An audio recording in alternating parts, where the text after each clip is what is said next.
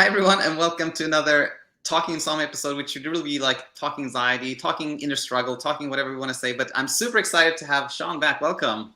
What's up? How's it going? Really, really well. I'm super glad to have you back again. And since we last spoke, how's life been treating you? Life has been great. Kind of same old. We were talking a little bit offline, but just making content, working on the mentorship. We've been growing a bit and just trying to make the best experience we can, I guess, with the clients and helping them speed up their recovery journey as much as we can without adding too much pressure on it. You know how that is. So yeah, that's it, man. How's everything going with you? No, things are good. Same here. Putting out content. Trying to improve the experience and help more people out there. So same really. Yeah, I had a great time on your last podcast, by the way. It was super nice. It was fun. Super nice. And then, just to share with the community here, like we were like, we have to talk soon. And then like, well, here we are. But super excited and to share with everyone tuning in here. Like I had the idea to create a video, a collab, or like whatever you want to call it here, where I picked like some of my favorite teachings from Shaan Kassam, and I wanted to like name them like Kassamisms or Shaanisms. I like it. Anyways, I have several here that I've written down. So should we just jump in? Let's go. Yeah, I'm curious. Yeah. All right. Well, no, it's really when I've been watching your content, there's so much. I just see the thumbnail. I'll just go, oh, this is good. This is really good. And sometimes I watch the video, sometimes I don't. But here's one of my favorites, which I think you touched on this a couple of times. And basically, I just wrote down here, number one, why acceptance doesn't work. Yeah. Okay. Tricky one, because a lot of people feel like acceptance is like the real thing, and to some degree, like it is, right? But what can you explain like this teaching you have on why acceptance doesn't work? Yeah. So with acceptance, the issue is that sometimes a lot of people have a misrepresentation of the idea of acceptance. So they think a couple of things. They think acceptance is something you have to do. Like, okay, well, Shaan says acceptance is the cure to this, or, helps people overcome. Okay, how do I accept? How do I know if I'm doing it right? Like, what do I do to accept? Like, Shaan's not giving me the steps to accept. I don't understand, right? And so a lot of people come from that frame where they feel like acceptance is a doing. The second thing they also do is that they use acceptance as a sophisticated way to make it go away, which kind of falls into doing something, right? Okay, I'm feeling, I'm having trouble sleeping. So if I can just accept my symptoms, okay, am I accepting? I don't know. Am I accepting? Oh, my sleep is still like, I still can't sleep. I still can't sleep. So they make acceptance as a sophisticated way to make the symptoms go away. And so what happens is that acceptance that almost turns like, that's really a principle, turns into like the sophisticated technique. And people try to use it as a technique. And the second you use anything as a way to make this go away, a technique, a breathing technique, or whatever else, a grounding technique, it's not that those things don't work, but a lot of it has to do with intention behind it. And so the reason why I called it, why acceptance doesn't work is because the intent behind it is the biggest thing. And what I often find with a lot of with anxiety sufferers and even people that have trouble sleeping is that they aren't able to, they're so focused on the symptoms that just letting it be there is really difficult. And then what they naturally do without realizing is that they try to use acceptance as a way like, okay, well, I'm accepting, but my symptoms aren't going away. They're still focused so much on the symptom, when if you could just focus on the principle really of it, the principle is allowing and accepting without focusing on whether the symptoms are there or not. And that's a practice in itself. And I know you know that. Then what happens is you'll see it happening. But I think it was, I created that video is because people started labeling me as like this guy that preaches acceptance.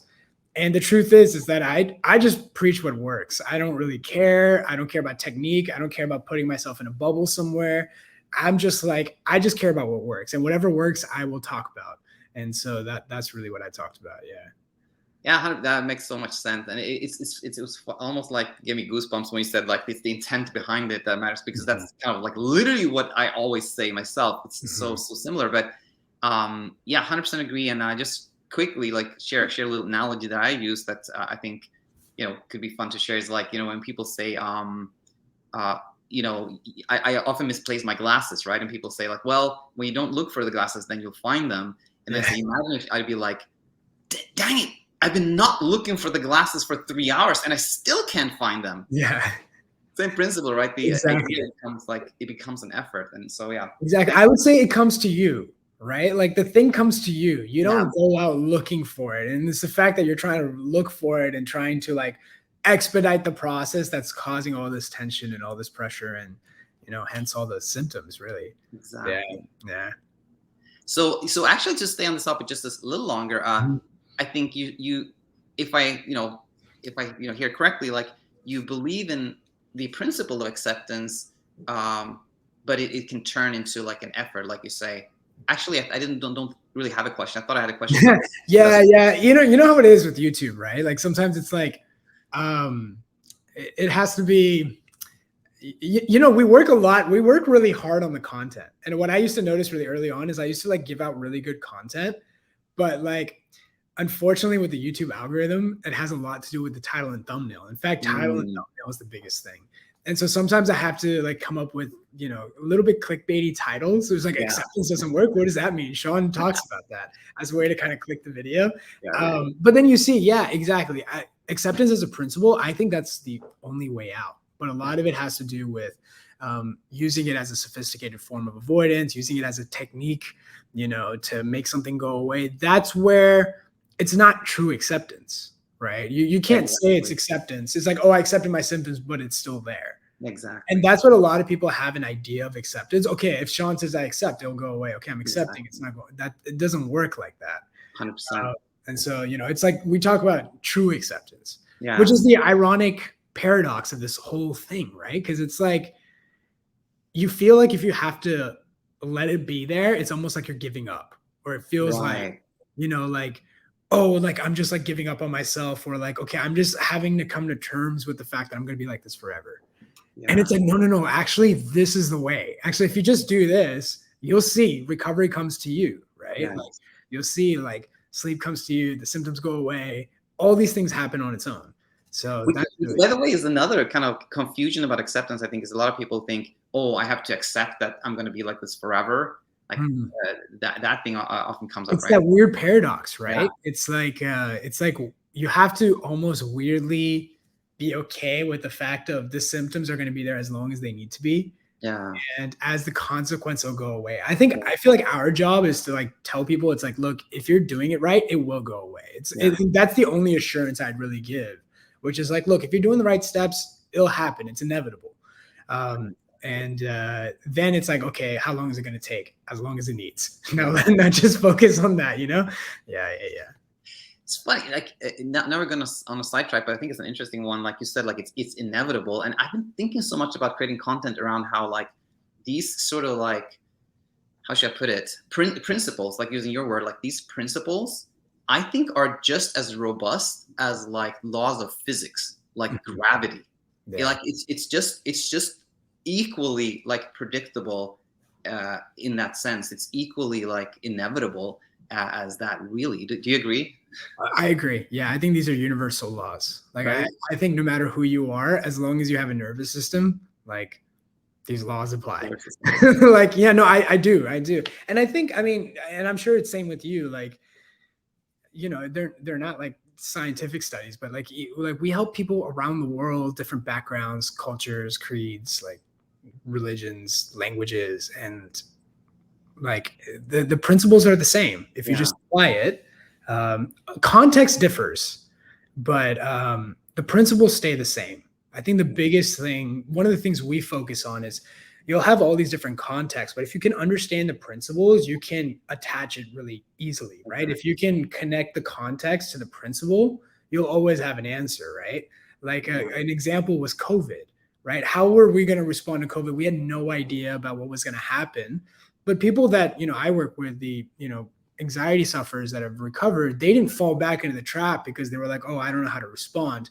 They knew the principles really well, and they attached the context and be like, okay, well, they were able to do that really well. So it's almost like they knew the basics so well that they could apply it in every principle, like in any domain in life.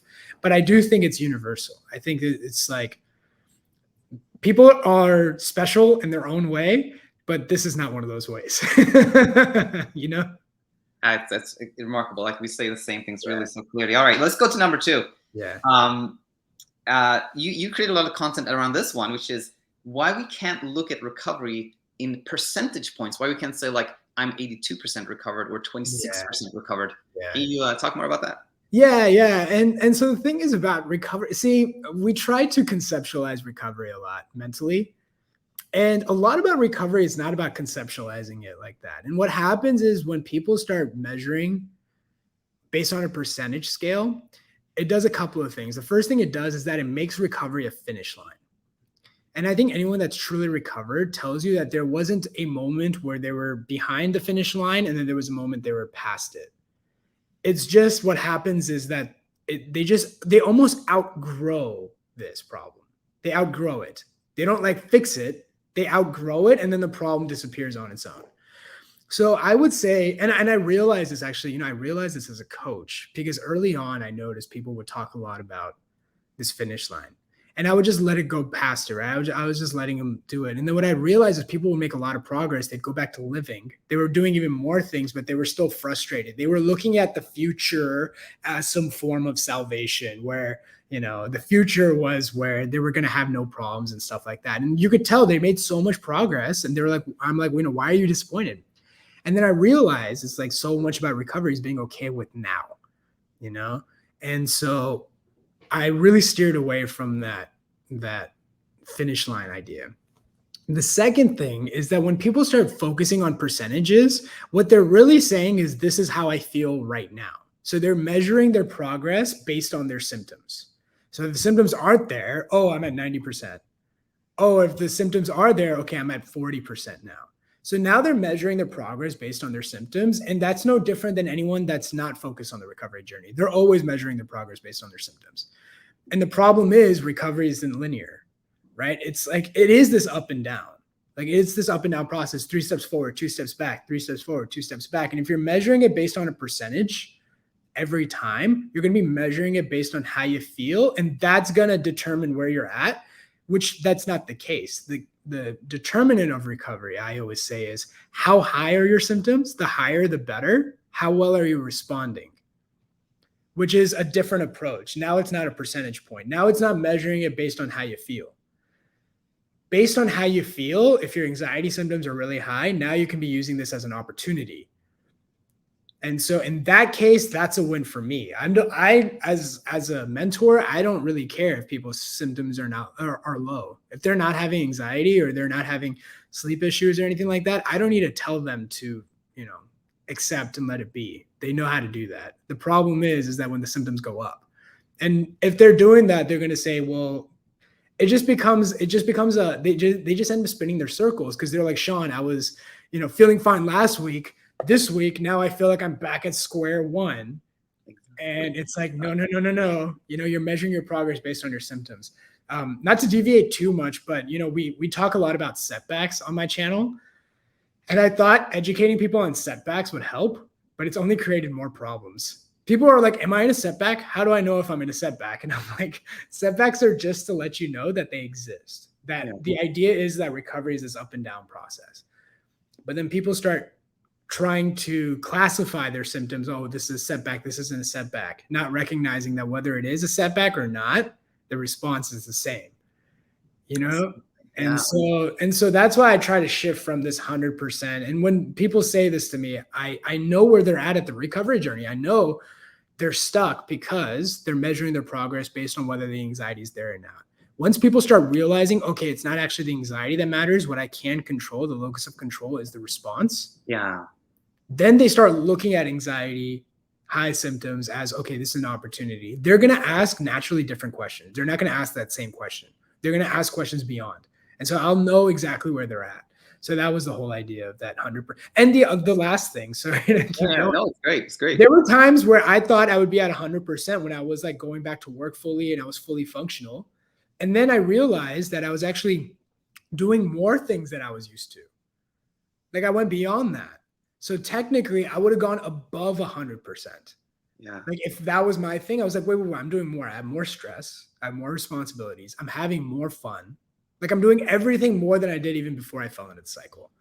And so, that's again, it's like, it makes people want to chase the past. Yeah. Like, no, don't chase the past. Like whatever it is, you're limiting your potential if you're trying to chase a feeling in the past. The focus is really focus on now. However you feel is fine. Measure it based on your response.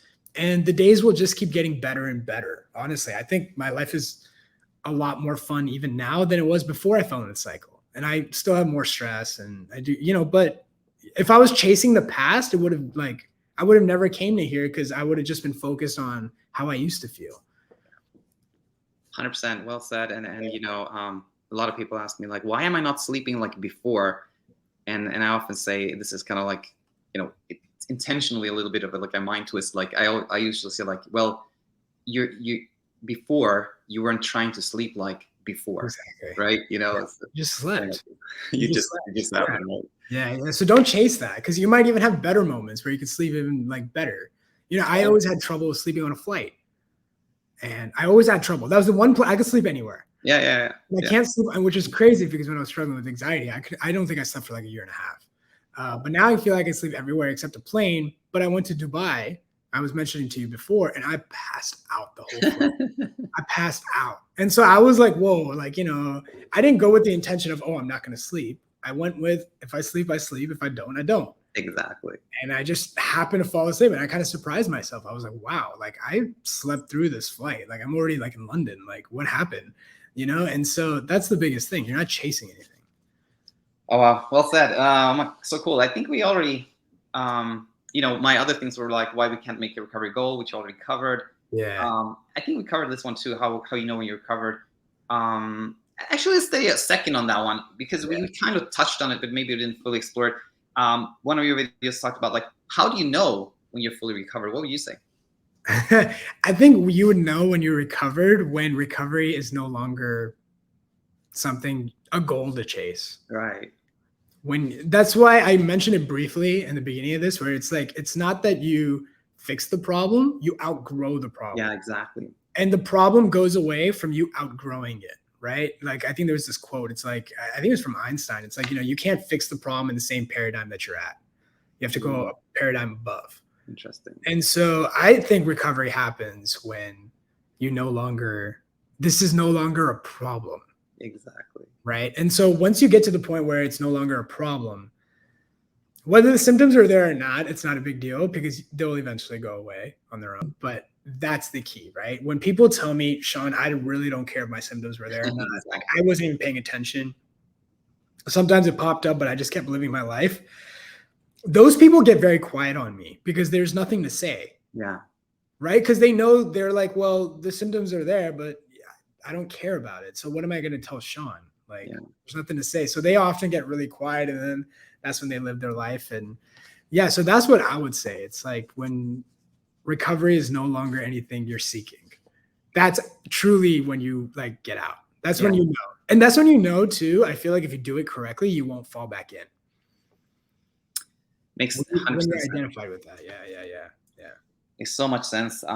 I often, when people often ask me like, hey, Daniel, do I need to stay in the program or what should I do? Like I learned this from one of the success stories we had. And she said that, her big moment was the realization, like, there's nothing I can do to sleep better.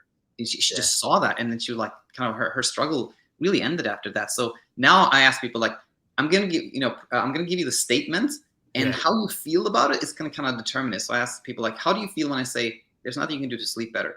And if people say like, I feel anxious and stressed, then I'm like, okay, we have a little bit more work to do. If you feel like relieved or like, yeah, that's probably true, then I'm like, not much more to do here, That's totally true. I remember after once I like overcame the anxiety, I remember I would go to my doctor for a couple of things, like, and I was hoping he would say it was anxiety. He's like, no, it's nothing. It's just anxiety. I'm like, okay, good. Okay. Like, not that I was like panicked about it, but I was kind of like, if it's anxiety, I know how to manage. Like, it's exactly. But like, so it was that was the opposite for me. Because when we had anxiety, I'm like, oh, that means they're not going to help me get this fixed. Like, there's nothing they're going to do. Do you ever have, Do you ever have a lot of anxiety when people are off ramping in your program and stuff, when they're like kind of moving forward, where they feel like they've been relying on you a bit and now they have to do things on their own? Have you experienced that? Yeah, no, I think that for me, it often becomes that question of like, do you think I'm okay to do this on my own? Kind of like, because yes, like they have to some degree relied on like the program, the teaching, like having support. And so that definitely becomes like a real moment of anxiety for a lot of clients. Yeah. Yeah. Yeah. Same. But again, it's the same thing. It's an opportunity too. Yeah. Right? It's Yeah. like Always. eventually you let go of the training wheels too. Are you going to feel a little bit of anxiety? Cool. You know how to respond to it, right? That's all we practice now. And I think those are the best coaches. Those are the best mentors, right? We're not consultants. Yeah. We could be their consultant for the rest of their life and just tell them what to do. Yeah. It's really important for us to have them start to think critically and, let them fumble on their thought process a bit and let them catch up and like see exactly so that they can guide themselves. Right. Yeah. That's yeah. I 100% believe it. Like, I feel like my work is so much about like helping a client become like their own coach, right? Because then they're set and not to criticize, not to produce any kind of general criticism of a kind of the traditional system there. But sometimes you hear people who say like, well, I've been in therapy for like 20 years and I go to, then I'm like, always like, I know. Like what's going on right now? I have very strong feelings about those too. I do. Yeah. Because it feels like they're just consultants. And yeah. And yeah, I mean, some are great. Some are like really trying to empower people. But, sometimes I feel like the way the industry is set up, I feel like it's based on like, booking calendars. Yeah. Or, so, but yeah, no, that's I feel like, yeah. We'll do a separate episode on that. Yeah. Renting episode. So, okay, this is a little tricky subject, but I saw this and I thought we should talk about this. So you had one post where you said like, is childhood trauma why I have anxiety now? That is a really contentious. Yeah, that is really contentious. But but I thought about, actually, we don't have to talk about childhood trauma. We can just think of it also as like, is a past traumatic event of any reason, Yeah. Is that why I have anxiety now? Yeah. And this is a really good point. And so this was something I experienced myself, and I see a lot of clients experiencing it, which is what they try to do is that a lot of people, my clients, they fall into the cycle because they get tricked in. They get tricked into the cycle. It's often through a panic attack, but they just fall in by accident. And maybe there was a stressor involved. Maybe there was no reason, but whatever it is, there's a whole bunch of reasons why it happens. And what happens is that when those people are in the cycle, they're so desperate to go out, to get out of it, that they end up trying to search for something that happened in the past that might have triggered it. It's kind of like acceptance, where they're using it as a way to feel better right now. So they're trying to find that moment where something may have happened. And I feel like everyone in their past has gone through something in some variation, right? Because it's always I can't think of the word right now, but it's determined based on your own background, right? So whatever might be traumatic for somebody else might not be for you. Maybe something that was overwhelming for somebody else may be also overwhelming for you. Everyone's kind of different in that sense. But I think what happens is that a lot of people search for that, trying to find meaning, and they try to go into this rabbit hole, trying to find something in the past. And I had that experience too. And what I tell people, what I often find with people on board, it's what I first say is, it doesn't matter how you fell in. You fell in because the focus right now is helping you get out right now, where you're at. Right now is all that matters. What happens with childhood stuff is that there are certain behavior patterns that people have that prevent them from getting to recovery. So it's like, okay, they're here right now. They need to get here. I know how to get them here. I can get them here, but there's going to be obstacles along the way, certain mindsets, certain beliefs about themselves, certain insecurities that's going to prevent them from getting there. So the idea is like, but I've always found that those surface up as you're going through the recovery journey. And as they surface up, you can help people readjust their mindsets along the way. But I've never found going back into the past. Now, maybe some people had a traumatic situation, but what I find is that with my clients, most of those things have resolved themselves. That issue is still not there right now. There might be certain self-preservation habits that are there, but those will be uncovered as you're going through the recovery journey. So what I always say, focus on recovery first, then uncovering. The uncovering will happen along the way. I had some moments too where I didn't realize I had certain patterns, certain thought patterns that was affecting my recovery journey. But as they surfaced up, I addressed them along the way.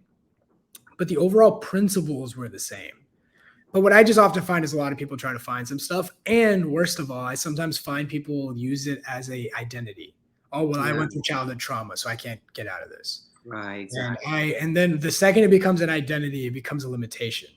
The second it becomes a limitation, then it's a whole different thing, right? It's not you're just helping them overcome their symptoms, but you have to have them drop their ego and, you know, this identity that they have, which is also very anxiety provoking for them because they feel more exposed. They feel more, you know, and so that's really the idea of it. I have no issues with people going into childhood trauma. I just always feel like sometimes it's the right information at the right time. I feel like that's something people get the right information at the wrong time. And then what that does is that complicates the recovery process. Yeah. Right. Like if somebody knows how to respond, but they don't understand the mechanics of what's happening, then even if they know what to do, they'll always sabotage because they don't understand. Okay, well, I'm doing it, but my sleep's not going away. And then you have to go back to understanding the mechanics of insomnia, of anxiety, helping them, you know, and so there's right time, right information. Yeah, exactly. Yeah, right, exactly. Yeah, I don't think I've said that out loud before. So. Oh, I'm glad. You know, yeah. And it makes total sense. And like, I think, you know, I took the skating lessons like this winter with my kids, and I had been skating a little bit since I was a kid, and I felt like I don't need to start with the beginners, right? I should be in like a higher level, but there was no choice, and I had to start with like everybody else. And I was like, this was actually great because there's so many foundational things that I had never understood that was actually really helpful. And it goes back to what you said about education and the right time. And it's sort of like it really helps to start like, you know, with the basic foundations and then move forward, I think. Yeah. Yeah, because then if there's cracks in the foundations, then as they're progressing, there will be certain things that are, you know, bringing them down. Yeah. So we try to do as systemized as possible. So like, you know, we really spend a lot of time helping people understand. I know, you know, they know you do the same. But yeah, and what I was talking about with, you know, some of my clients on Monday, which was what made us really good, what made us mentors, what made you, you know, who you are and people that got better is that they got really good at the basics. Yeah. They got really, they like nailed down the basics of all this really well. If you can nail down the basics, doesn't matter what environment you're in, you know. People think that, you know, as you progress, there's more complicated. It's like, no, if you just nail this part down, like that's what I think. I just think I'm just good at this because I nailed down the basics really well. Yeah, 100% agree with you. And like, you know, I always, when I have new clients, like, you know, I tell clients that you can ask me any questions you want, but it really helps actually if you tell me a little bit about your story. And I don't need to know much at all, but if the client just tells me a little bit about their story, then I can be like perfect. Now I can go through like the foundations and insert their story into it and give them this like solid like understanding like from the get-go. So yeah, because it makes it relatable. Yeah, and that's why people decided to work with us, right? Because we're very relatable. That's the thing, right? And yeah, I know you are. I hope people find me relatable too. Very, very cool. Great points again. And I have two more. I think we're pretty good on time, so we can probably go through them. Yeah. Oh, this one, nice one, lighter one too. Is it normal to feel anxious about not feeling anxious? Yeah. That's one of the most common questions. And typically I look at that as a good question. Yeah. Right. Is it normal to feel? Yeah. So what I think happens, what I find happens is that people are very hyper-focused on their anxiety symptoms. Like they're 24/7, right? Because it makes sense logically. They're like, okay, well, if I can focus on my symptoms, I can see what's triggering and what's not, and I can focus on what to do to make it go away. Right. And so what happens is that there's a habit that gets formed where they're constantly checking in with their symptoms. They'll notice it when they're like, and what the issue that happens is once they start realizing, okay, I just need to let it be, they start realizing my mind is naturally checking in with me. The first thing I wake up, the first thing I do is checking in. And so what happens is that a lot of people start focusing. They have such a habit of checking in that even when there are moments of feeling good, they're still checking in. And they're like, am I feeling this way? Am I not? And the fact that they feel anxious should share that what's going on is, they're sensitized. We call it sensitization, where they're like this is a state. You're going to feel anxious no matter what. I always say this is a good example to show you that it's not really the trigger that matters. Right. Like I had people, when I first started this, I thought that if I told people my story, they would start believing it. They didn't. They said my story gave them anxiety. So then I was like, okay, well, let me bring you success stories, like people that have recovered. And then I've literally had people message me and say, hey, this recovery story brought me a lot of anxiety. Why did that happen? And I'm like, look, you're going to feel anxious in any situation. It doesn't matter. And a lot of that. And so I think there's multiple forces. I just think they're in this state, they're in this sensitized state, a hyperstimulated state. That's one part. And then the second thing is I think there's a really deep habit of constantly checking in. Yeah. And that habit was not formed overnight. Nobody decided, okay, I'm going to create this habit. All they did was they checked in right now. And they did that enough times where it just became a habit. Exactly. So one of the biggest things to do is create a new habit. And the way to do that is when you're realizing you're doing this, all you do is recognize it and then just refocus. Yeah. And then it goes away. And then that habit gets formed. And then what happens, what I find later on in the journey, is that now a new thing arises, which is, Shaan, my symptoms were there, but I didn't realize it until I paid attention to myself. I was so busy externally. So I don't know if the symptoms are going to go away or if they're not there because I'm not focused on it. Now to me, that's okay, there's a new habit forming, they're not hyper-focused internally. So it's a very common thing. And I almost, at this point, Daniel, I'm sure you could do it. You can almost know where somebody's at in the journey just by the question that they ask. I'm like, okay, you're a little bit here, but not too far out. You're right here. And so that's the good part. Yeah. Yeah. No, it's very, very true. And often people are they can tell me things like, Daniel, you've been working with somebody and they have their ups and downs, but then they have kind of a really, actually what we call a speed bump, a little bit setback. Oh, nice. I like that. I like speed bump a lot more, actually. I thought that you might like that because we're always moving ahead, but we have speed bumps anyways. I like that. And then it can be I'm so fed up with this. I'm really so fed up with this has happened again. And then I'm I actually see that they're very close to leaving the whole thing because they're tired of it. They're anyway, so that's just an example of when you see things clearly, you can actually really see where things are, where people are. Yeah. Yeah. Yeah. And, it's just patterns. We see so many patterns that it just becomes clear. If this is all we're doing, which is what we're doing, people really think their questions are very unique. Yeah. Man, I wish. I'm feeling kind of burnt out, answering the same question every time. Yeah. No, I see that one. It really is the same. Yeah. Right, the same questions. And yeah. That was something I was going to add to this. But yeah. Just to contextualize and maybe clarify for some people listening that, I think this habit happens we're constantly checking in. Mm-hmm. And then the weird things happens maybe when somebody's checking in and they're whoa, there's nothing there. Yeah. And then that in itself becomes something new and unusual. Then whoa, there's nothing there. And that makes me anxious, right? Something like that. Yeah. It's new, right? And they're anytime, any sort of uncertainty. Any new thing, right? Yeah. Any new thing. And I get it. I had that same experience too. Anytime it was new, because, sometimes there was a symptom would pop up that was new that I never experienced. So there was just such a novelty in all this that it almost kept you on guard all the time. And your natural reaction every time was just fear. Oh no, why is that happening? Why is that happening? Yeah. And so, yeah. Okay, last one. This was actually one where I saw a title, a thumbnail, and I was really curious. But I had this one. I really had no. This is the first one where I was I don't know what Shaan is gonna talk about in this episode, and I didn't watch it either. So I just saw a really interesting title. I think this was more in the context of feeling sad and depressed. And you were talking. I think you had a guest, but you were going to talk about the letdown effect. Oh yeah. Oh my God. Okay. So the letdown effect. The letdown effect is, I always hesitated making a video on head letdown effect just because it's something we see when people are in the mentorship for a month or two. Often, it varies, but The letdown effect, really, what happens is that when you're in a sensitized state, your body's burning through all the resources, you're experiencing panic. And then what happens is it's almost like this pendulum thing. And so what happens is you're like on a really big extreme. And then what happens is when you start responding correctly, or once, the anxiety starts subsiding, you kind of overswing a little bit. And instead of feeling like, heightened anxiety, you almost feel like this down fatigue feeling, this feelings of a lot of people describe it as like emotional numbness, sadness.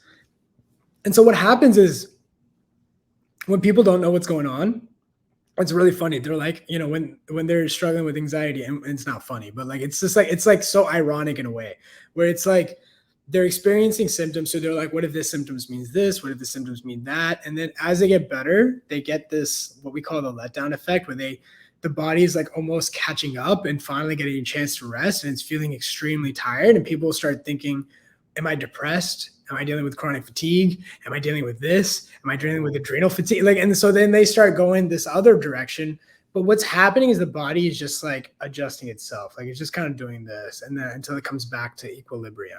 Right. And so it's a really common experience. In fact, even I had it. Like once I realized my physical symptoms were caused by anxiety, I kind of like relaxed naturally. And what I started feeling like really intense moments of sadness, feelings of numbness. And I did it to myself. I thought I was bipolar.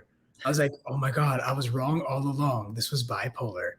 And then at that point, I was so embarrassed of like constantly going to the doctor. I'm just like, if I am, I am, which ironically kind of helped me on the recovery journey, even though it was for the wrong reasons, but it still helped. But yeah, so the letdown effect is something that we see a lot. And it's really common. And especially people with like, even with sleep, because I didn't sleep for a while, right? And then once I started sleeping well, I started sleeping a lot. Yeah. Like a lot. Like I was sleeping like more than I was used to. And I remember I used to yawn a lot when I was like at work and stuff like that.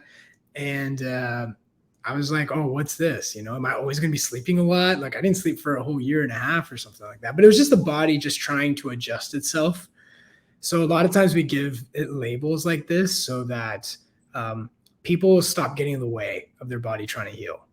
But what we have found, even with the letdown effect, is the same thing. Shaan, am I in the letdown effect or not? Like, how do I know? That thing. Okay. It's like, no, wrong focus. So that happens a lot too.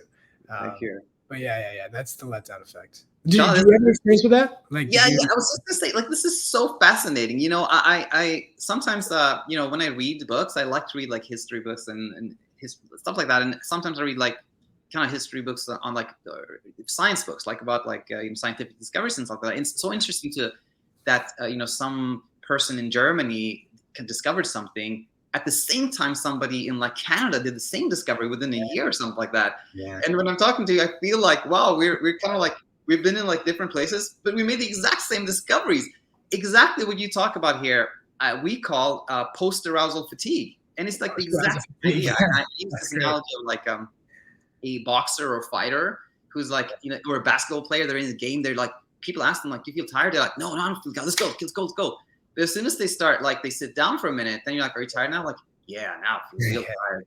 Is that when the hyperarousal, or what you call, I think, the sensitized state fades out, like we fully like feel the fatigue that's kind of masked there before. And I think it's actually one of those like very nice, it's actually helpful. It's a nice sign, like, okay, the hyperarousal desensitization is coming down, you're fully feeling fatigued, you're on the right path. Exactly. And that's why I feel like even in the beginning, we were talking about, universal principles. Like we're doing separate things. We're not very involved on how, but we're coming to the same conclusions. We're seeing the same questions.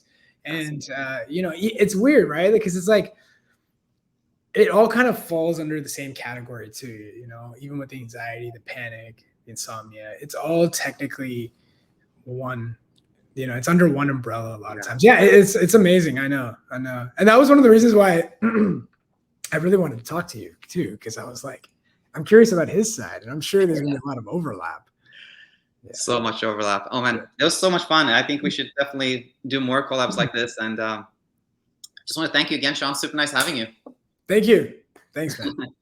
Be well now. And yeah, for everyone who wants to get in touch with you, I'll leave your, all your info in the description. So yeah, thanks so much, Shaan. Talk to you soon. See ya.